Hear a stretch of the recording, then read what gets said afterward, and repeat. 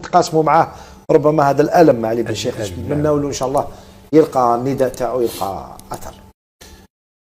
انا سكي ما في مال سكي ما في فريمون مال لورسك كي تكلم وقال هذه خلاص ما شغل راحت. لا أخليوش الذي خرج بتصريح لبرنامج تيليفوت على قناة TF1 أخذنا منه هذا التصريح المقتضب حول خياره الدولي، وبعد سنستمع له الآن وبعدها نعود للحديث بالتفصيل مع محللين عن ما يود قوله أخليوش بتصريحه لبرنامج تيليفوت. Les catégories de jeunes en équipe de France. J'ai eu des moments importants aussi aux Jeux Olympiques. On a réussi à ramener une médaille pour la France. Mais voilà, maintenant, mon objectif, c'est de donner le meilleur de moi-même avec Monaco. Et après, pour la suite, on verra. أودي سأبدأ معك. أكليوش يقول أنا مركز على موناكو وبعدها سنرى ما سيحدث. هل هو تصريح بين الخطوط؟ أنا أنتظر استدعاء المنتخب الفرنسي، وإن لم يأتي فسأذهب سأرى كيف سأتصرف. أنا لا أرى من هذا الجانب، حتى وإن كان يعتبر لاعب شاب الآن وهو يلعب في نادي فرنسي، من المستحيل أنه يكون تفكيره على المنتخب الفرنسي أو الجزائري. هو في اليوتيوب نهار هما يردوا عليهم في الفيديو 70,000 فيديو أصحاب اليوتيوب هذو غير واحد 3. هنا عندنا 50 واحد ولا 60 واحد القنوات، هالبلاد هالشروق هالهدافه كاع الحياه هالروينه يجاوبوا. احنا يجاوبوا على 3 ديال الناس باش تعرفوا الهبال فين وصل. الناس مريضه، الناس مريضه. خويا المغرب هذه السياده ديالو بلاد، واش دخلك عنده؟ ما تعرفوش تتهضروا، ما تعرفوش تتقابلوا. لو كان غدوه لا قدر الله صرات شي حاجه وغادي يجاوبوكم ان شاء الله لا كافو تجاوبكم المغرب، والله غير تهبلوا. ومن حق الرئاسه انا نقولها لكم، هذه فرق ما بين الملكيه والرئاسيه. الرئاسيه لانه انت وزهرك يا تكمل يا تمشي. الملكيه لا، الملكيه تطول. الملكيه راه قرون، انت 13 قرن. هذا هو الفرق. نتوما تبغوا تفرحوا غير في هذوك 4 ايام الاولى، ابريش ينقلب عليكم كل شيء. وهي الحقيقه. هما المنتخب المغربي كل مره ما شاء الله عليهم، ولادهم في الخارج كل مره جديد. شمس الدين طالبي حتى هو قال لهم راني جاي ونجم صاعد. اللعابه قاعدين نتوما راكم غير تجريو، احنا نجريو مور 2 ولا في اليوم ما قدرنا نجيبوهم. في موناكو لعاب موناكو ما قدرنا نجيبوه. علاش؟ لانه ما لا حول ولا قوه الا بالله. ما عندناش حاجه باش نمشيو بها. يا التاهل لكاس العالم رانا نقولوا يا ربي يكون، الا ما تاهلناش غتكون فضيحه من المغرب. المغرب متاهل عادي.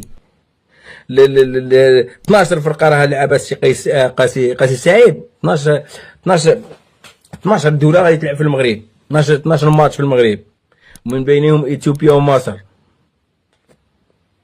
مصر اقوى، وكاينه غانا وكاين كوتيفوار كاع غادي يلعبوا في المغرب. بوركينا فاسو. بصح انت نقعد تما تقمل تشوف معاهم تلعب معاهم تلعبوا وسكت.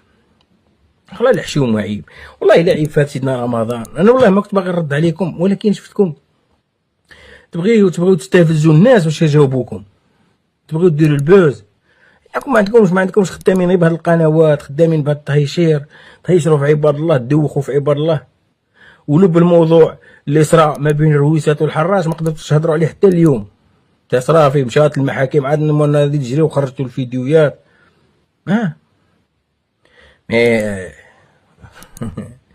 ايام بيننا. قال لك اللي يضحك بزاف يبكي بزاف. انا هذه المقوله نخدم بها، اللي يضحك بزاف يبكي بزاف.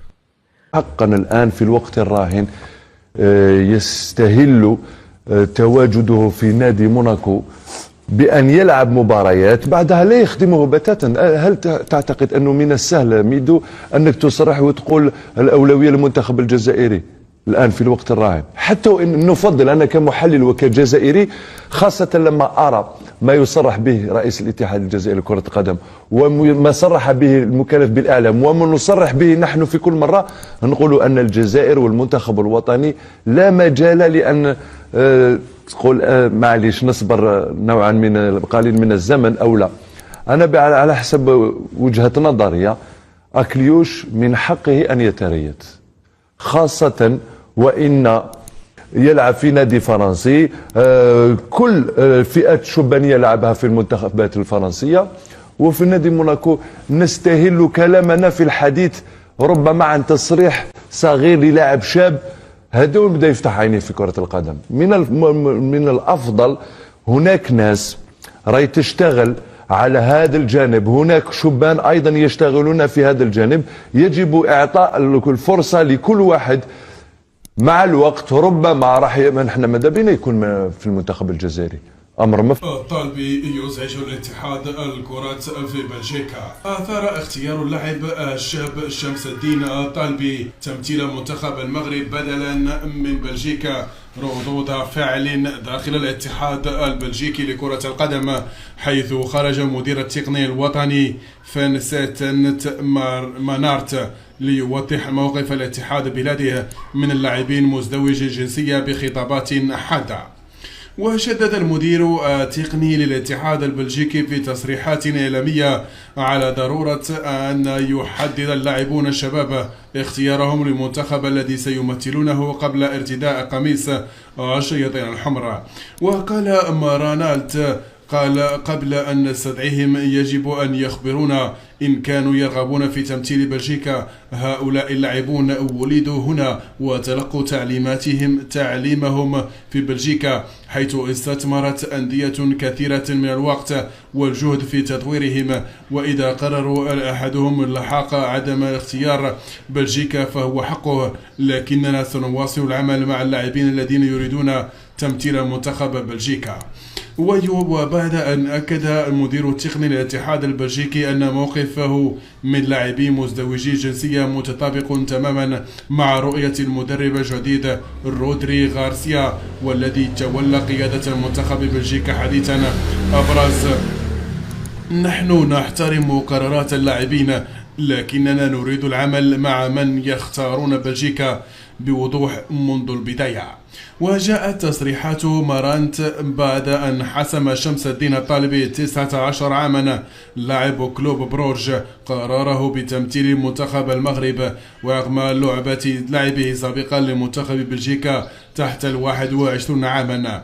وأشار والد الطالبي في تصريحات سابقة إلى أن نجله الذي يتألق أخيرا في دوري أبطال أوروبا سيسجله بهدفين أمام أتلانتا في مباراة إياب من ملتحق المؤهل إلى الدوري السادس عشر، كون نوعا من القطيعة مع الاتحاد البلجيكي بعد تجاهله في فترة التي كان قد أصيب فيها بتمزق على ربطة الركبة قبل عامين.